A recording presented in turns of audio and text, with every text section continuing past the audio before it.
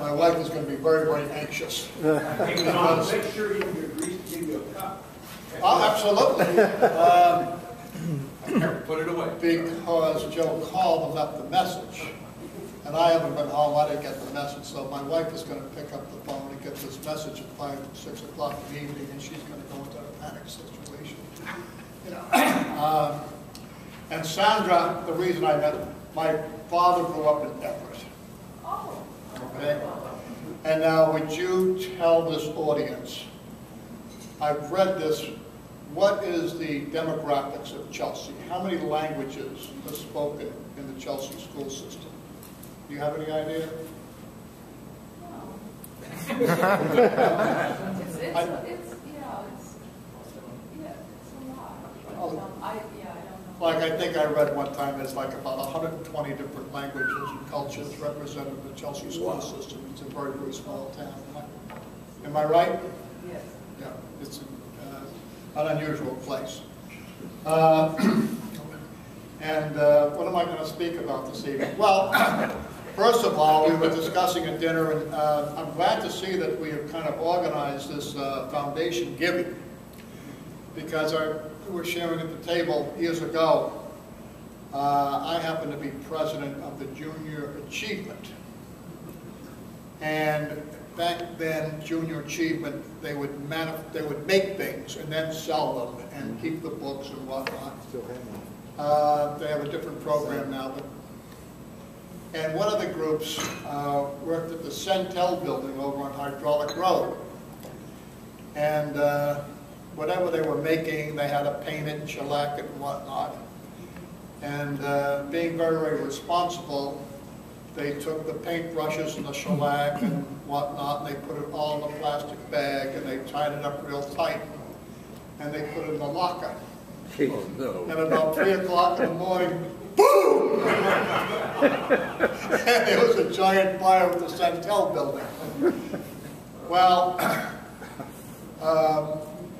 at the time, this fellow Bob England, a member of the club, was in charge of the foundation, and he would announce every 2 weeks, anybody who's interested in getting money from the foundation, you know, come and see him. So Durwood Chase, who had started Junior Achievement in this area, and myself, we took Bob England to lunch and told him about the fire and what we had to do. And about a month later, Bob announced that Junior Achievement was getting all the money because nobody else had requested any. Well, we had a member of the club at that time, Dr. Ari Vestaverce. Does anybody remember Dr. Of course. Vestaverce? Of course. Well, he was a formidable person. And he went ballistic. That's nothing but a bunch of middle-class people, their fathers work at GE, blah, blah, blah, and he went on. And all I could, you know, I had to defend getting the money, and I just said, well, you know, you had every opportunity to ask for it. He called me about 11:30 that night to apologize. You were right, right? He was the type of guy he was. So I started to tell a little bit about Dr. Vestaverce, who grew up in Holland, was a member of both their winter and summer Olympic teams. He was a speed skater and ran track. And when the war broke out in Europe, he was one of the first 100 Dutch citizens to get to Britain and join the British Armed Forces. And there was a movie made, The Bridge Too Far, and he was the liaison between the British Army and the Dutch Underground. And in the movie, they keep referring to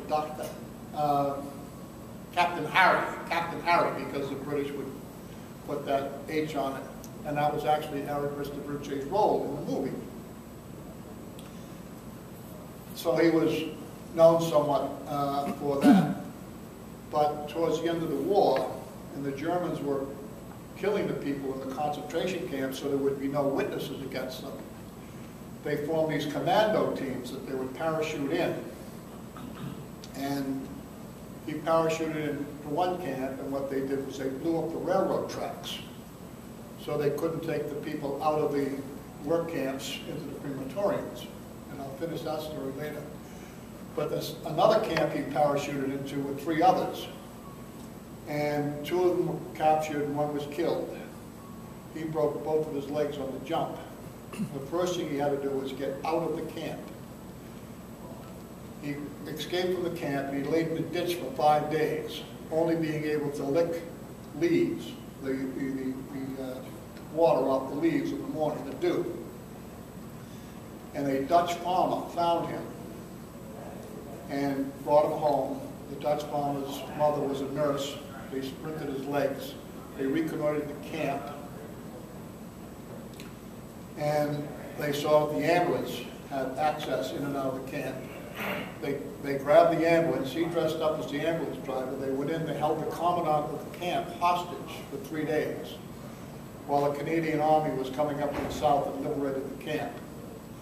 He was awarded the Knight of William, which was the equivalent to the Congressional Medal of Honor for that incident. After the war, he came over to the United States. He practiced international law in New York for 7 years, went to Union Theological Seminary, became a minister, and after 10 years in Louisville, Kentucky, he came up to Charlottesville. He was an incredible individual. The camp that he blew up the railroad tracks, Garson Kinneed, who produced the Diary of Anne Frank on Broadway, was talking to Mr. Frank one night at dinner, and he said, well, why is it that you survived and your family was killed? And Mr. Frank said, well, I had value. I was a laborer. They could use me.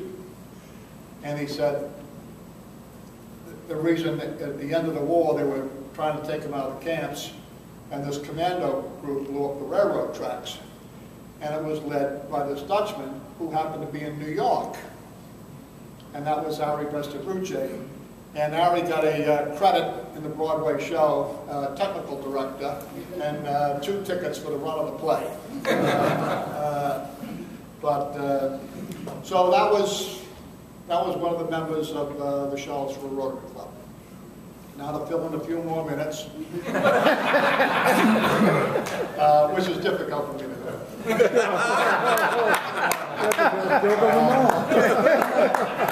4 or 5 years ago, for some reason, my wife, who has no political acumen, business community at all, suggested that I work with SCORE, Senior Corps of Retired Executives.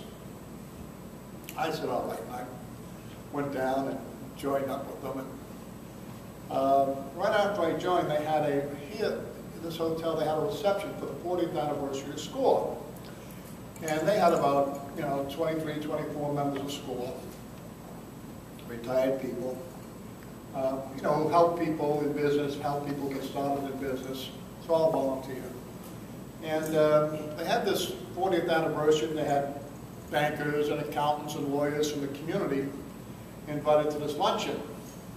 And I was the only one that knew the accountants and the lawyers and whatnot. I couldn't figure that one out. Well, what it is because Charlottesville is so often rated as the #1 place to retire to, we have corporate gypsies. People who have worked around the world for 25 or 30 years. They read an article in Money Magazine and the Wall Street Journal that Charlottesville is a great place to retire to. They move here into Glenmore. Their arthritis only lets them play golf 2 days a week. Their wives don't want them around, so they end up at SCORE. But they have no, connection with the community, the local community and whatnot. So that's part of my mission, is to kind of raise the visibility of SCORE. But now you have to understand, but another distinguished member of the Rotary Club actually started SCORE here in Central Virginia, Rich DeMar. Been retired for a long time. And the way I found that out is I was going through the records and I found the charter of chapter 494. And whose name was on the charter? Rich DeMar. Do you want to stand up and give us a few minutes on how you started it? Sure, thank you.